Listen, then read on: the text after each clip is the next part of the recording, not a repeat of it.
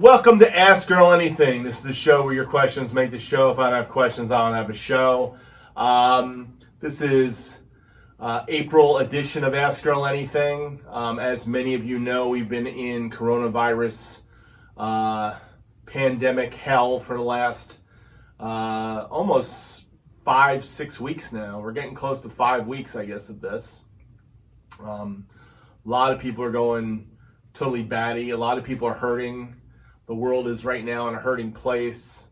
I don't know where you're at in your part of the world, where you're at and what's going on there, but this has been tough here in the United States. It does look like things are starting to change, and we'll see what happens in the days ahead. My activity for the last 5-6 weeks has been on the weekends. I come in here and I play drum covers, lots of drum covers. Extract stems too. Makes it easy for me to turn any song into a drumless track, and I'm having a blast with that. And I've done all kinds of stuff. Doing all kinds of stuff I feel like doing. That's the other thing about my playing these days, is I'm doing what I want to do. I have a couple people that ask me for things. Occasionally I'll try to do them. I found out some really interesting things. I've reorganized all my playlists on my channel, and I do a lot of Carpenter's covers, and people like them. That's one of the things I've learned, is people really dig the Carpenter's covers I do. Some of the Billy Joel stuff and Elton John stuff I do. That's where I got a lot of views. I really don't care about views anymore. I'm really not running this channel for money or anything else. I'm just doing it for fun. I also have an Instagram account, Earl Drum on Instagram. Love to have more followers like I have here on YouTube land, but followers on Instagram is a game, and I don't play the game very well. The game is you've got to follow guys that will promote you and all that kind of stuff. I'm just not into it. Can't do it. So I have the followers I have. I have a lot of content. One of the things I've done with my Instagram channel is I basically put up content here. Matter of fact, sometimes things that are going to be here, okay, end up on Instagram first. So if you get on my Instagram account, you'll see some things that don't get, like I have a couple songs I haven't released yet here on YouTube that are on Instagram only. So right now, they'll eventually get here to YouTube when I start running out of songs to put up, which isn't my problem right now. Right now I have too many songs. So I'm oversaturating my community, and most of you guys don't even want to watch my stuff anymore. So that's okay. Sorry about that. I will say the other part of my community is the new guys that keep coming in and ladies that come on in and they find a video that I'm playing. I have like a few videos that are really got a lot of views, and they seem to stream people to my channel. So I am appreciative of all my new subscribers. I'm appreciative of all my old subscribers and my friends, and I pray for you guys, and I think about you often. And you guys, I should just shout out to all of you. You know, you're the guys that make my channel happen all the time.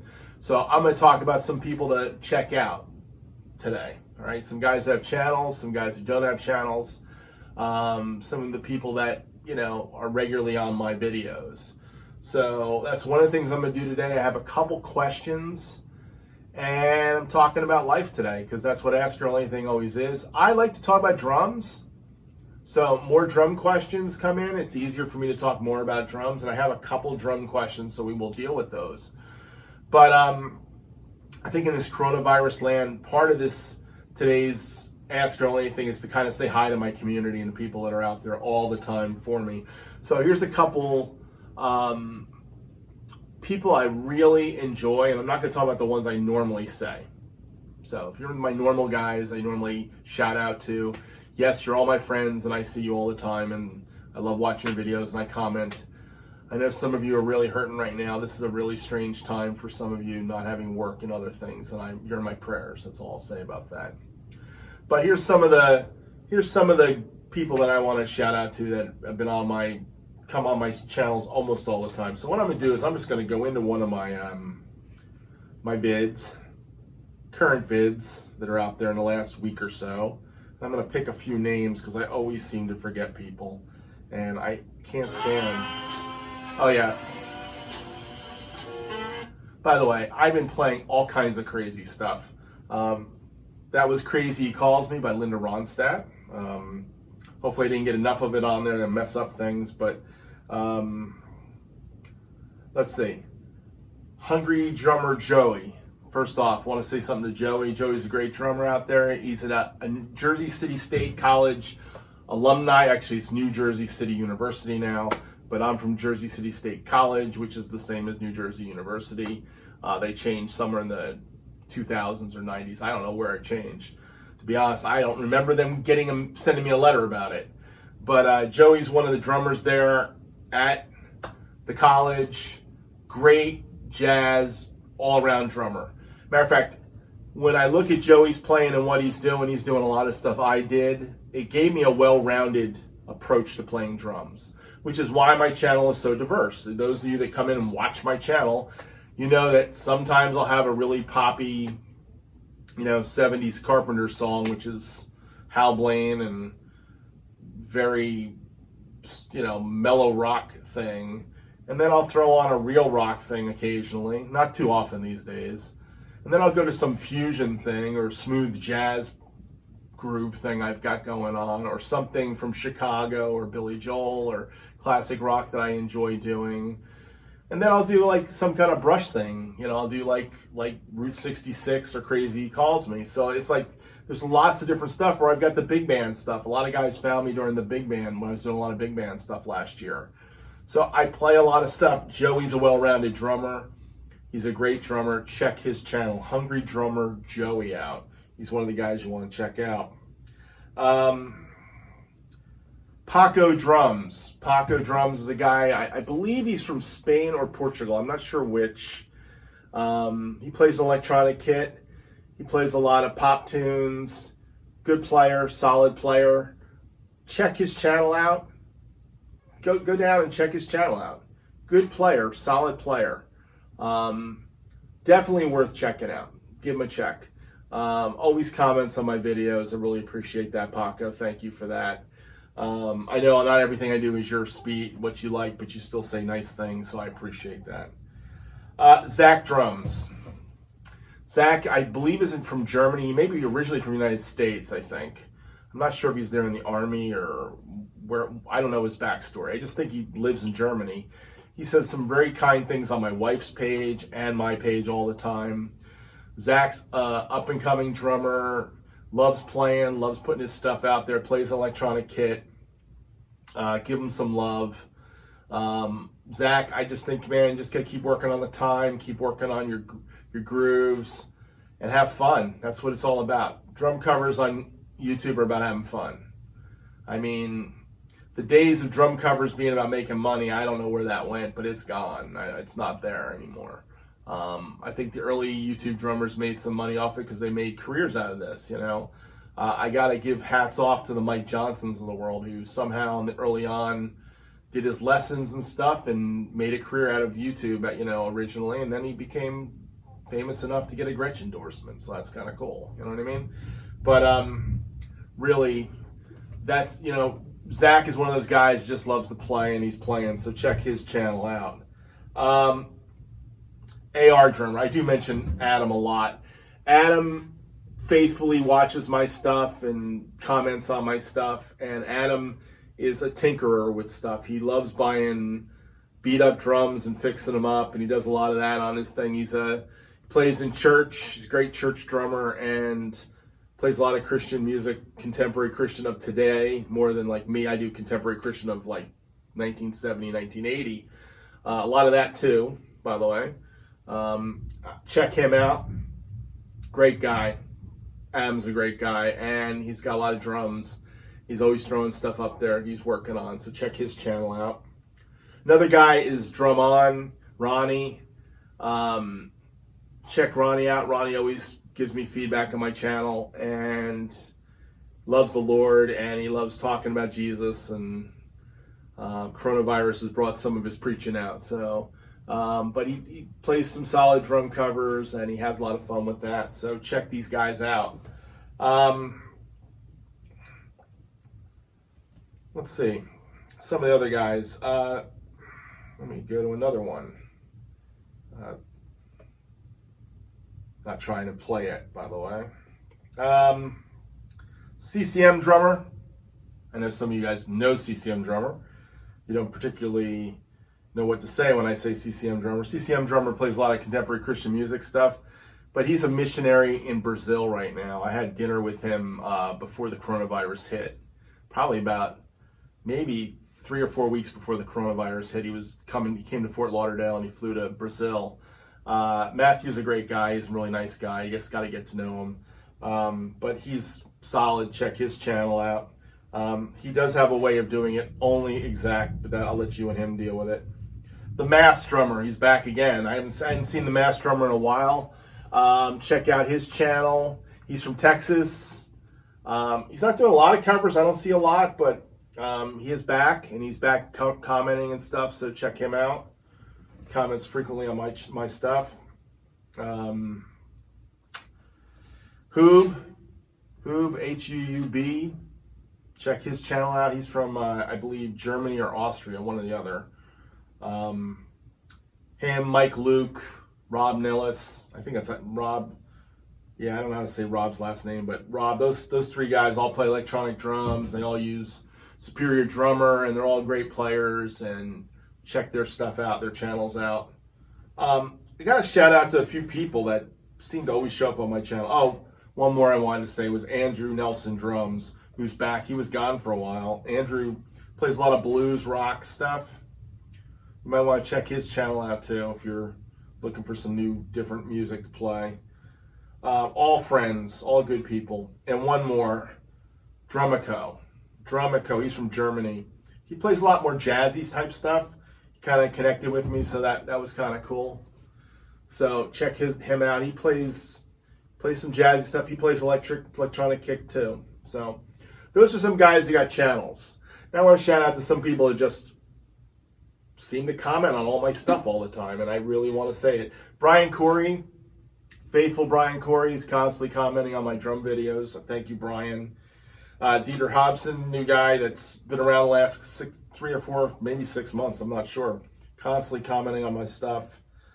Martin Medrano, probably didn't pronounce that right, Martin. I should know you as Martin. Martin, the guy who likes Carpenter songs. He's constantly asking me for Carpenter songs.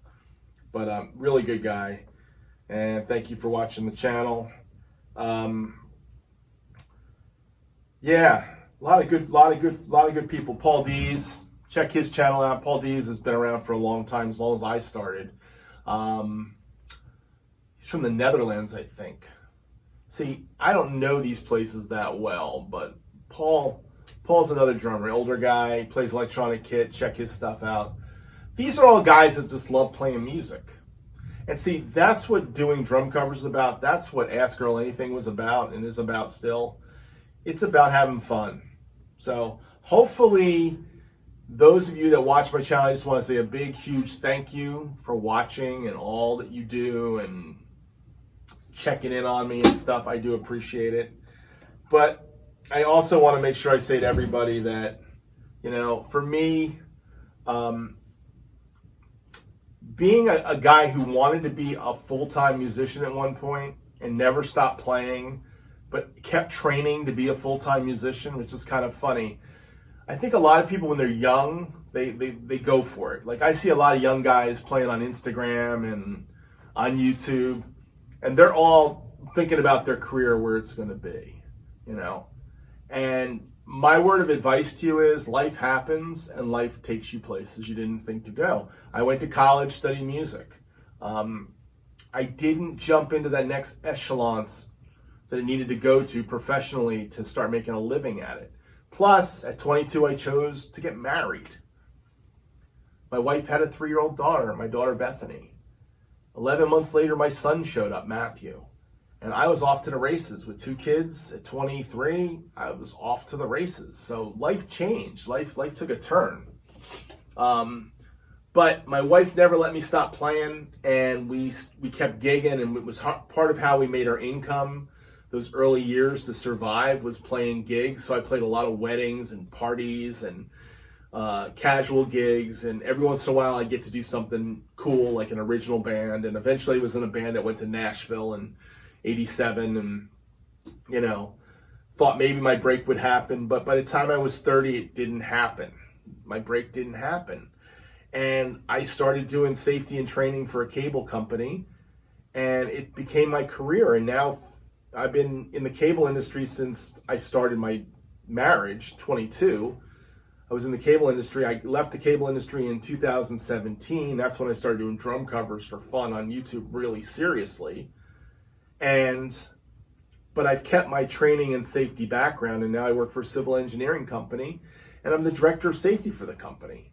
And that's my day job, and that's what pays the bills. That's what allows me to have all the nice gear I have.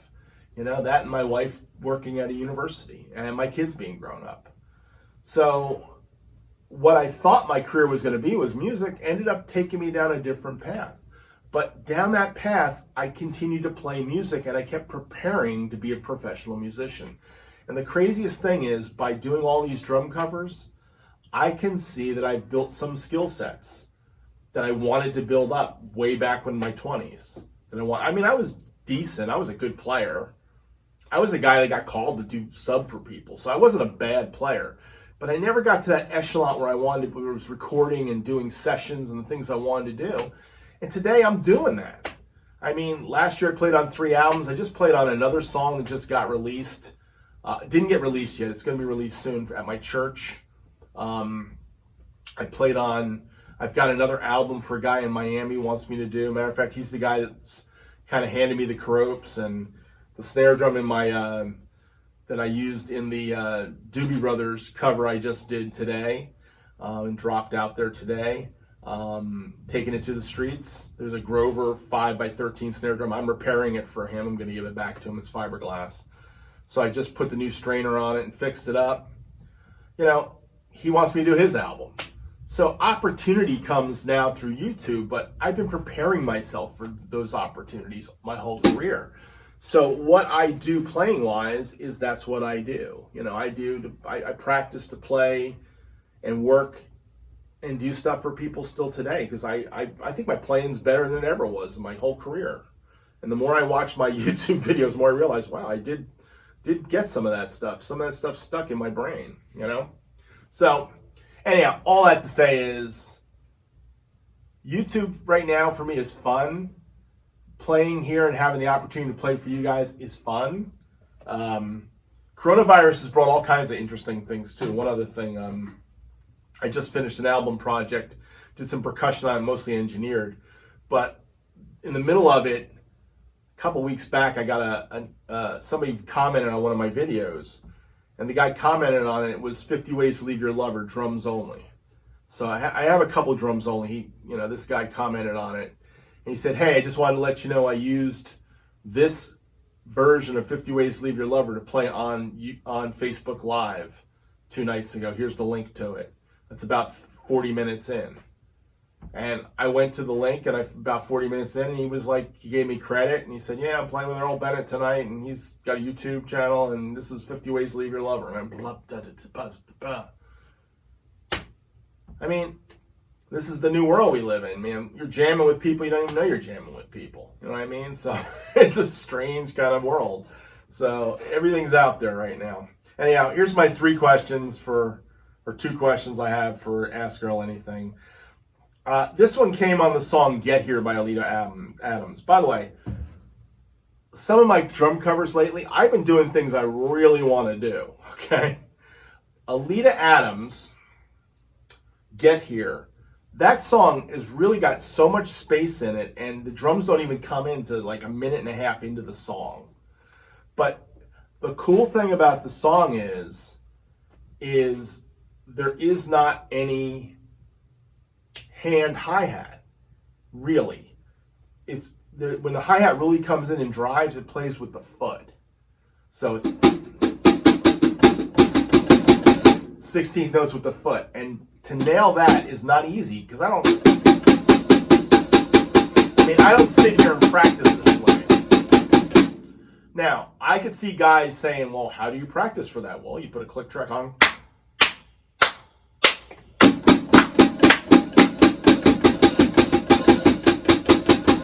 You can, it's a 1 E and a 2 E and a 1 E and a 2 E and a 3 E and a 4 E and a 1 E and a...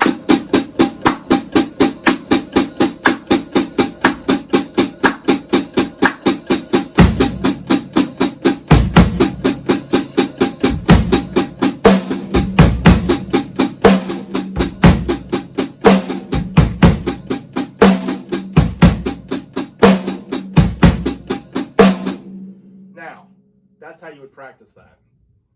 Probably put a click on would be better.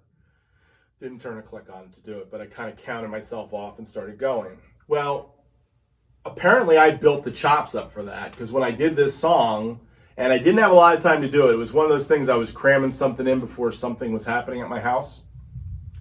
And I had like 20 minutes. I only did like 4 takes of that song. And one of the takes had me doing that 16th note part. It wasn't a perfect take. It wasn't perfect to the record, but it was really a cool part, and I pulled it off. And I was like, when I came back to it afterwards and found it, I was like, wow, kind of nailed what I wanted to do there. Now, on the record, it's definitely a foot hi-hat, but I don't know if it was programmed on a computer, because that was the beginning of all that stuff. So there's a good possibility it could have been a Fairlight or a Synclavier or something with a chick foot, and they use that sound instead of using a stick. Sounds like that. The foot sounds like that. So, I mean, I was really proud of that. Plus, I put the big reverb on it and everything. Anyhow, so it's kind of interesting that this question came from, I think it's Ryan Lacey. He said, honestly love these videos. No overplaying, just pure musical drumming all the way through. Question, would you consider doing a video on stuff like practice and rudiments? Do you do this 26 or 40 rudiments, etc.? I don't have time to practice them all, so I practice 10 core ones: singles, doubles, paradiddles, double paradiddles, 5-stroke rolls, 6-stroke rolls, flams, flam taps, flam accents, Rademachews. I'd love to hear your take on practice routine. Well, Ryan, it goes back to what I was talking about earlier about my career. When I was in college, I had time to practice all kinds of crazy stuff. And I did practice all kinds of crazy stuff. Matter of fact, the stuff I practiced in college prepared me for ensembles and playing in shows and a lot of that kind of stuff. I never was a guy that sat there and practiced choppy things. Of course, I was taught to play music in college. It was all about playing music. So my most chops-oriented stuff that I did was working at a stick control. And probably the first 3 pages of stick control from number 1 all the way to like 60. Is that 3 or 2 pages? I don't know. I still to this day bring people to those pages. And actually the early stuff is single paradiddle, double paradiddle, triple paradiddle stuff. And all the other combinations. That's the kind of stuff I would have somebody practice to get their hands together today, to be honest. Do I think the rudiments have a place? They definitely do. And I utilize the rudiments. I mean, the few rudiments that I know, the flam taps, flam accents, for doing things like the bluzda thing that you do. That's like a flam accent kind of thing. You pull it off. That's a Tony Williams lick, by the way. Maybe you see even Swiss triplets with a flam.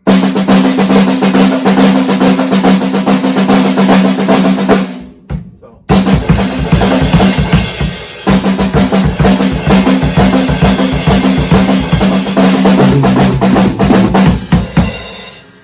Anyhow, again, I don't practice it, but that kind of stuff comes out of my head some days because I'm hearing it. And I will say my study of Steve Gadd, of course, had the 6-stroke rolls and the paradiddle diddles, another one I love to play. That's Danny Serafin's favorite stuff, trick sticking things. So, yeah, those are all good things to practice. But the main thing I would say that I practiced a lot was music. I had to learn music and playing musical. And the way to play musical and play music is to play with people. And one of the detriments of the YouTube world today is that people don't play with people.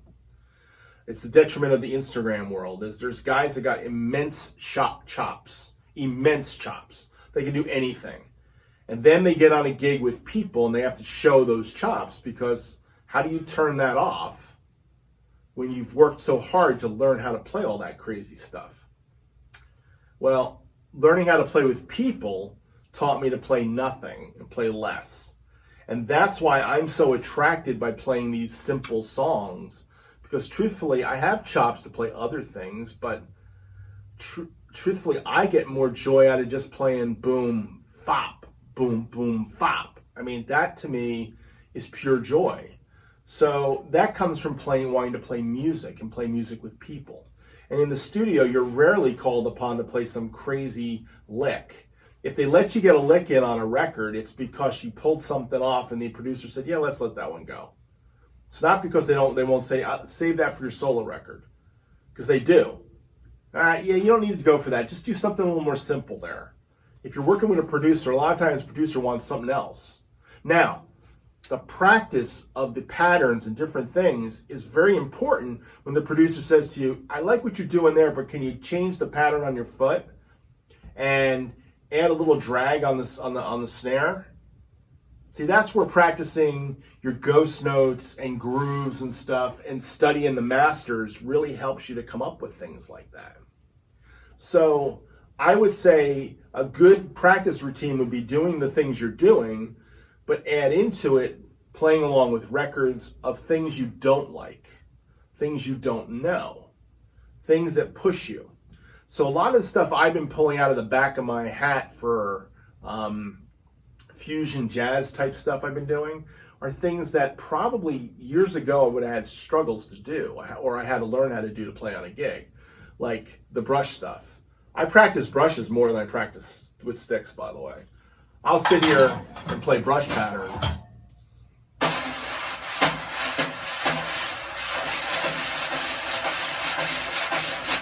I'll sit here and do that.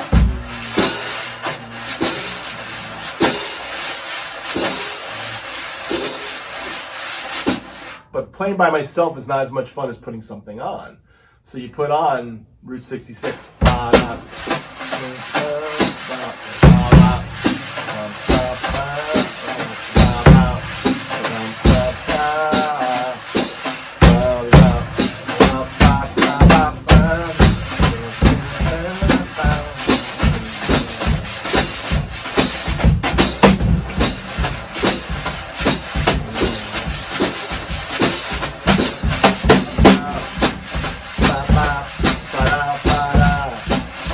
And I sit here and I sing it in my head, the song, over and over again, and I practice it. So when I did Route 66, the cover, Natalie Cole, we practiced that for my wife to sing it in the band years ago. I always loved playing it. But it's a great song for me to play brushes to, you know. So when I was able to pull the brush track off, the original drummer was Saul Gubin, by the way, LA session drummer, used to play drums for the Carol Burnett show back in the 70s. But he was a great big band drummer. And Saul played on Natalie Cole's Unforgettable album. And he played beautiful brushes. And when I pulled him off, I wanted to get that vibe, that Saul vibe. And I just pulled him off and played it. Because I practiced it a billion times in my head. Loved Route 66. Would sit there and play that. I play that in my head. Just has like Gad's got Bye Bye Blackbird in his head. Bye, bye.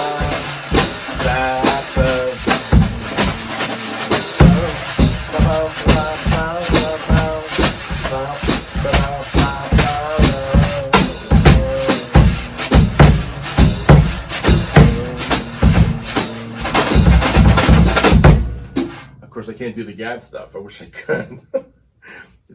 By the way, it's like a 5-stroke thing.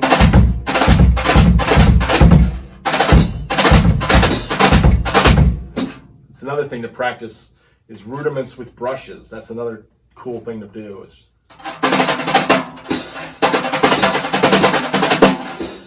paradiddle diddles.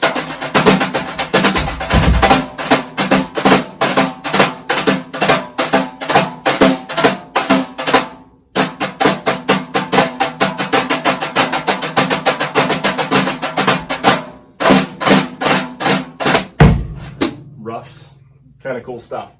Anyhow, I digressed. But that's the kind of stuff I practice, Ryan. I practice brushes. I practice with music. I work on stuff, and I would say play as much music with people as you possibly can. And if you do that, you'll start building those ears, which is what you want to build up to play music with other people. So, great question, though. Thank you for asking it. All right.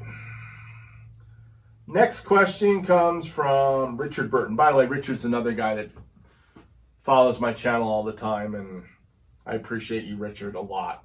You share my videos sometimes and things like that. All right. So this was on the Carpenters' Rainy Days and Mondays drum cover. He said, I found the combination of dynamics and the use of melody on the toms made the song even more enjoyable than it already is. How about an Ask Earl Anything on the use of melody and dynamics on the drum set? And that's my only other question. Yeah, I mean, Hal Blaine was a master. Hal Blaine, who played the Carpenters' music, by the way, was a master of melody on the drums. But melody on the drums comes from the jazz background, okay? Max Roach was famous for playing melodies on the toms and the kit when he was playing his solos.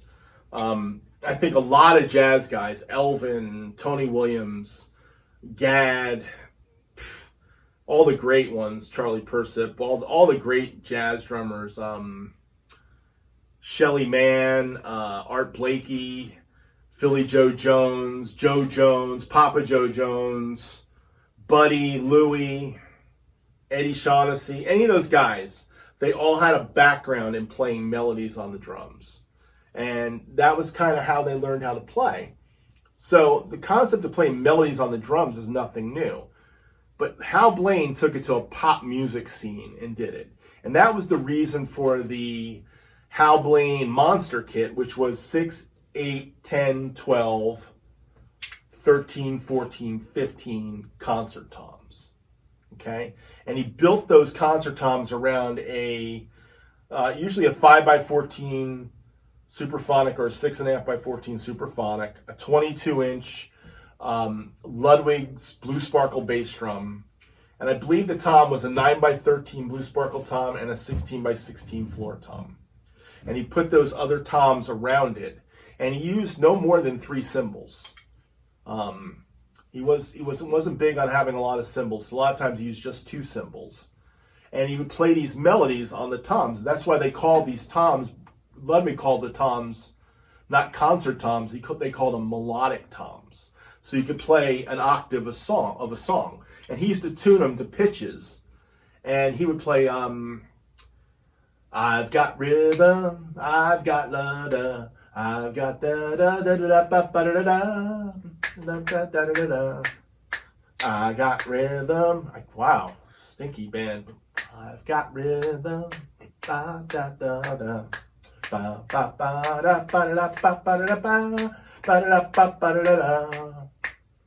he would play them that melody. I've got rhythm melody on the melodic toms. That was one of his little tricks. That comes from the Hal Blaine book, The Wrecking Crew, from 1990. That's when I first read the book. I have one of the original copies. Well, not the original copy, but one of the first pressings of that book. I had the second pressing. I think I gave it to somebody. Awesome book. But yeah, I think that concept of getting melodies in my head was what was put in there by Hal Blaine and having so many drums. So when you listen to Rainy Days and Mondays, a lot of the little runs coming down the toms were all Hal kind of infused the melody into the feel of that song. And that's what makes playing Carpenter songs so much fun. And that's why when you've got a concert tom kit, a kit with fiberglass concert toms you can set up once in a while and mic it up, it's fun to do Carpenter's tunes. So that's why I've been doing a lot of Carpenter's tunes, because I finally got Studio B back up and running, and I just decided to do a bunch. I got another one coming out too soon. So it may come out before this or may not, I'm not sure. But yeah, that concept comes from jazz drumming, Richard. It's a jazz drummer thing, you know. When I was in college, I was told to kind of like sing the melody of the song. and then play the solos to the melody. So one of the tunes I used to play, I guess I'll do it with brushes, was a song called "Cute," and the song went da da ba ba da da. There's a space. Da da ba da ba ba da da. Da da ba da ba da. Ba da ba da. Ba da ba ba da da. It's a famous jazz song. Mel Lewis has done it. Buddy Rich has done it. I think there's even a version of it being done by what's his name? He used to do the telethons. Why am I forgetting his name? He was the comedian. It'll come to me. Hasn't come yet. So let me show you a little bit of "Cute." 1, 2, 1, 2, 3.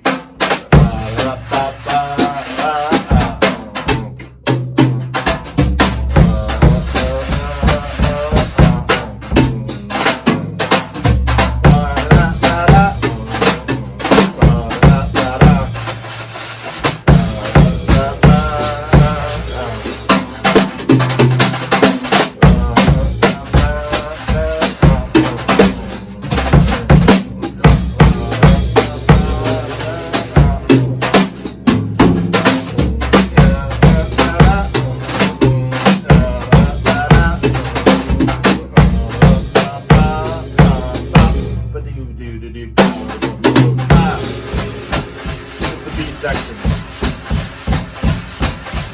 Back it down.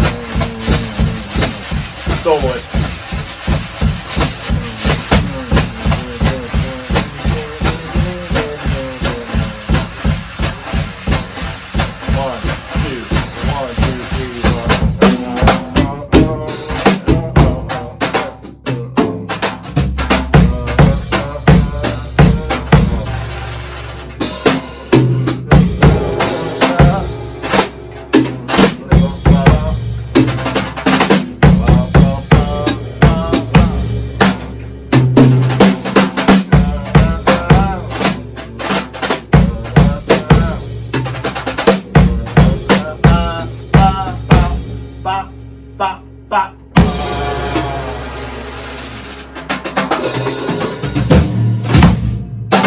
So my solos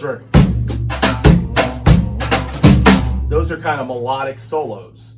So the concept of the melody, playing the melody kind of things, you can't exactly play a melody, but you play a rhythmic thing based on the melody. So you're singing the melody in your head.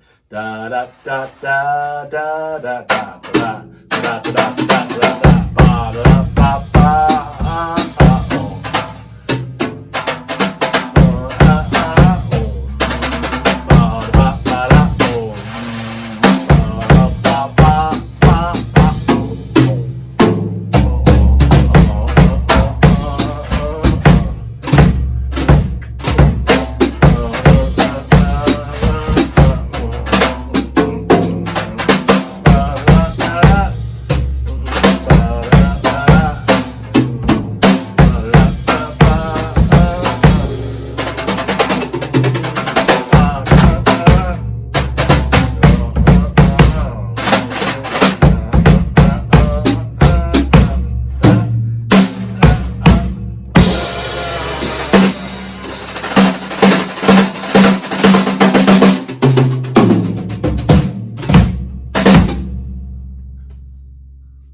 Anyhow, I don't know, Richard, if I explained anything on that.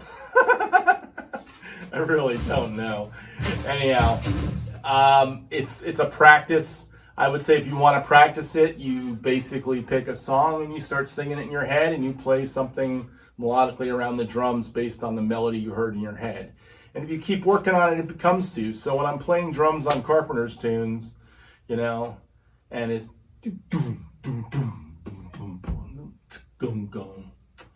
that kind of thing, I just see all the toms and I pick pitches and make it work. So anyhow, that's it for Ask Earl Anything. All the questions. If you made it to the end, you're one of those fans that likes my show. Thank you for watching my show. Went off a little bit today. It was definitely me just talking today to the camera. I hope you enjoyed it. Hope you had fun with it. Thanks for watching. If you ask questions, we'll have another show. If you don't have questions, we won't have a show. Or I'll just start talking to the camera just for the heck of it. If you have any ideas for lessons or something you want me to do, I can see about trying to do that. One of the things, I don't know if you realize, some of you do realize it, but my son passed away last August, and since then I haven't really been spending a lot of time on camera talking. And I think that partially has to do with the fact I just don't really think I have much to say these days. But I know some of you really enjoy me talking, so I would say if you ask me questions, you pull it out of me a little bit. Those of you who are friends, you know that if I love talking about drums and things like that, so send me questions, I'll talk. Otherwise, you get it when you get it. So once a month's about all I've been able to handle. If you guys want lessons, I can try to do a couple lessons. There are some lessons on my channel. Go to my channel. I would say this to some of you that are new. Go to my channel, scope the playlist. There are some drum talks where I talk a lot about equipment. A lot of you find me this way. My famous one is the perfect ride cymbal video. Or there's videos where I talk about players and things like that, where I did Danny Seraphin and John Hammond and talked about Jeff Beccaro. A lot of people watch that video. And then there are a lot of Ask Earl Anythings where people ask me a lot of questions. I have a lot of those, probably about 75, 76 of those. Anyhow, thanks for watching. Your questions make the show. Great day. Talk soon. Bye.